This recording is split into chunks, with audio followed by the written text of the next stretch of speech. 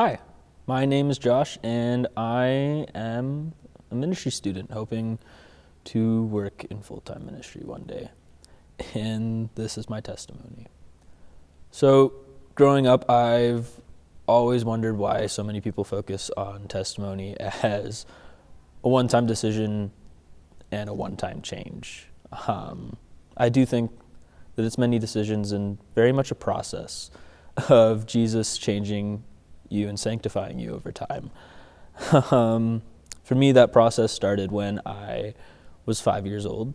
My mom had just given her life to Jesus, and the only thing that she could remember from her childhood that was faith-related was Psalty the Singing Songbook. And she went and she ordered a whole bunch of kids' Bibles and movies and CDs from them, and they all arrived in a massive box. And I remember picking up one of the blue kids' Bibles and bringing it with me to the washroom to start reading it right away. And I ended up coming across a page that had an insert about how to ask Jesus to be your forever friend. And on that day, I decided to commit my life to Jesus on the toilet, of all places, which has been crazy.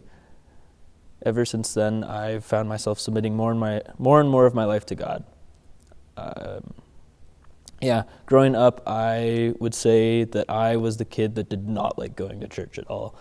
My mom was just so on fire and wanting to bring her kids to church all the time that it very much felt like we were forced to be at church, and that we didn't have a chance to be there. And now that I look back on it, I do appreciate that she was so persistent at bringing us to church and making sure that we were being fed on a regular basis.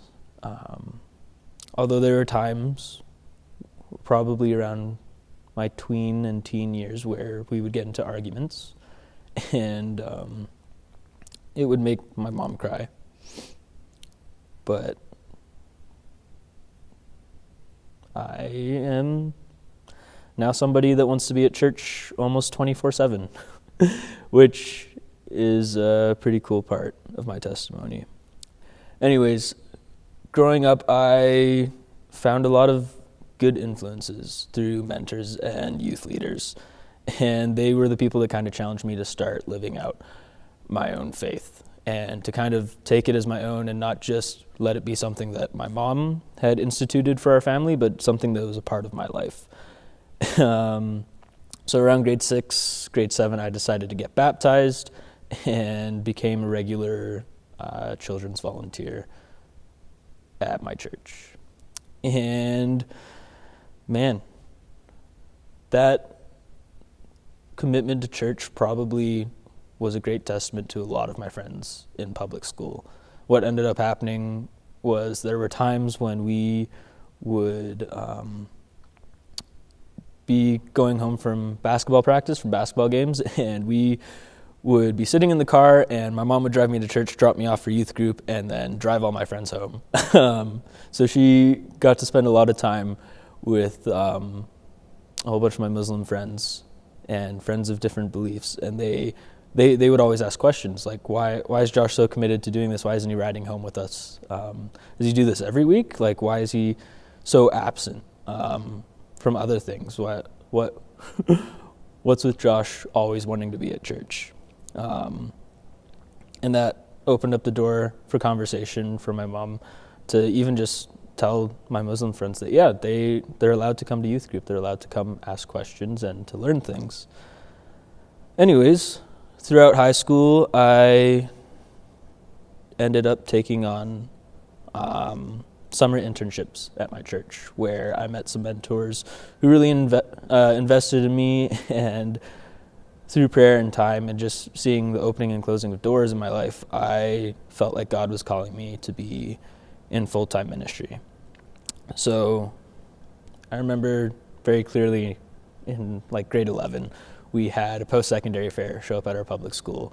And it just so happens that the person who was running the Ambrose booth was somebody that I had done a summer internship with, and they told me about the program there and what it could possibly look like.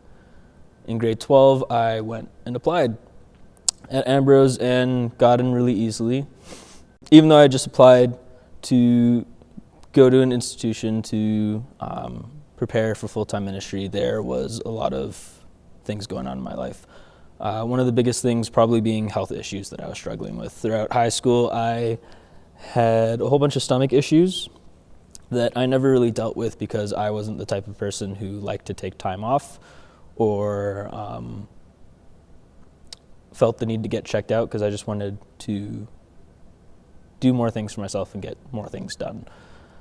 And eventually it got to the point where pretty sure I was anemic. I wasn't really able to do much, especially in basketball season. I would just get lightheaded, and there was a lot of internal bleeding in my body. But each time that I did feel good enough to go get checked out, doctors found nothing, because my condition, the way that it works, my flare-up had healed already, and they had no idea what was going on. Thankfully, in grade 12, we caught it right when it flared up, and I was able to get a diagnosis for ulcerative colitis, which when I tell people at youth or when I share with other people, I really just say my insides get angry and they start to bleed. And what ended up happening with this is they had to get me on a medication.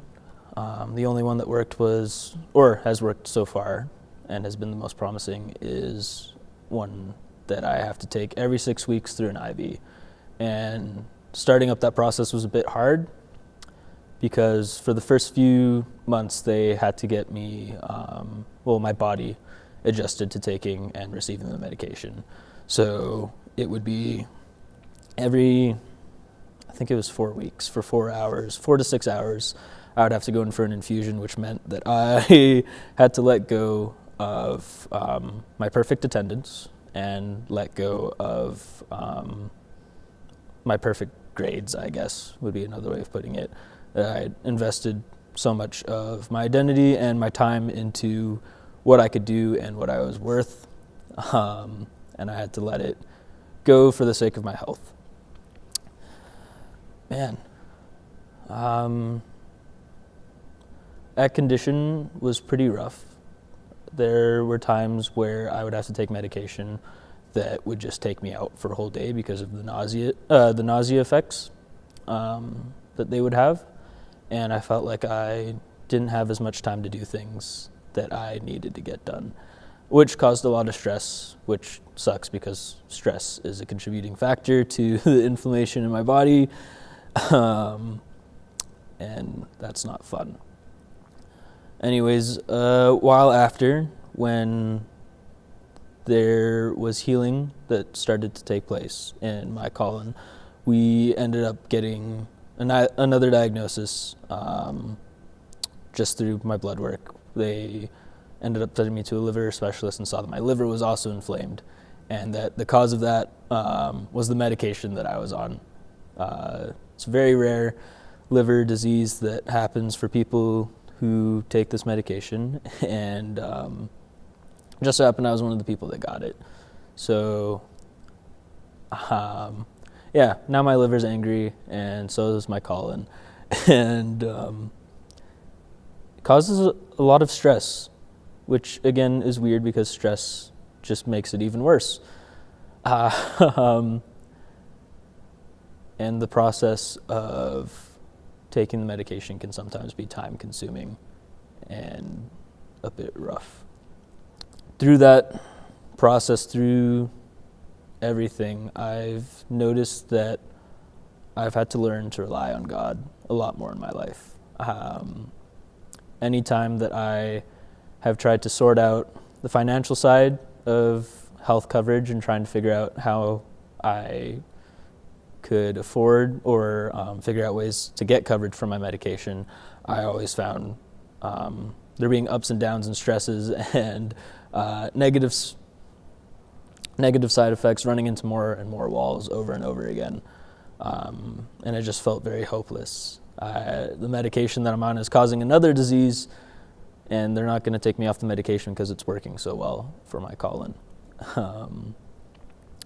And through that time, I really had to just rely on God and draw closer to Him, reading His Word and spending time with Him, and trust that He has His hand in it all.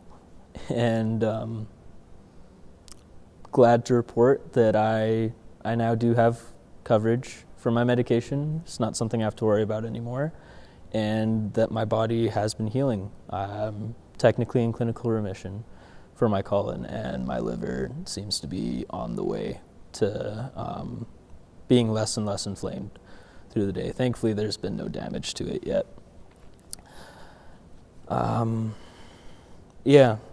During this time of just having a lot of sickness and a lot of weakness in my life, I began to wonder if God was calling me to ministry.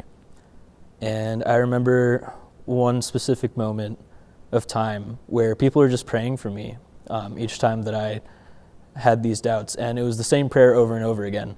And little did I know, the reason people were praying for me is because they thought I was dying. I had told my mom what the doctor had told me, but I didn't tell her exactly what the doctor had told me, so she Googled it. Google told her that I would be dead at 30.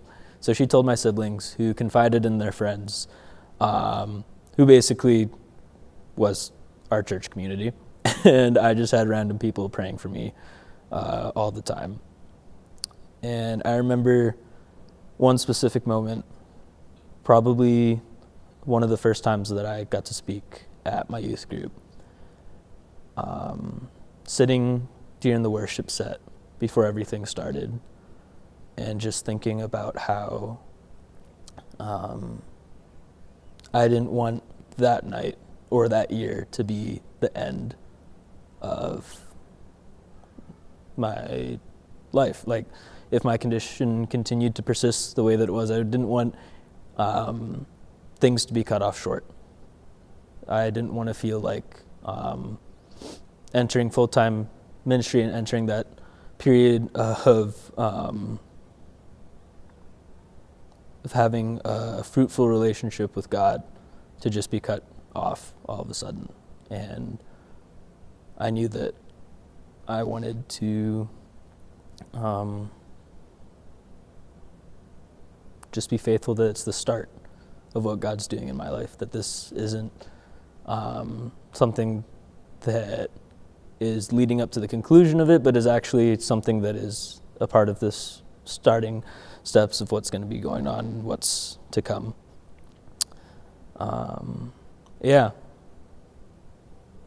Through that, I've had lots of mentors helping me. One of the verses that has always been given to me, mostly because I'm a younger person, is 1 Timothy 4, verse 12. Don't let anyone look down on you because you're young, but set an example for the believers in speech, in conduct, in love, in faith, and in purity.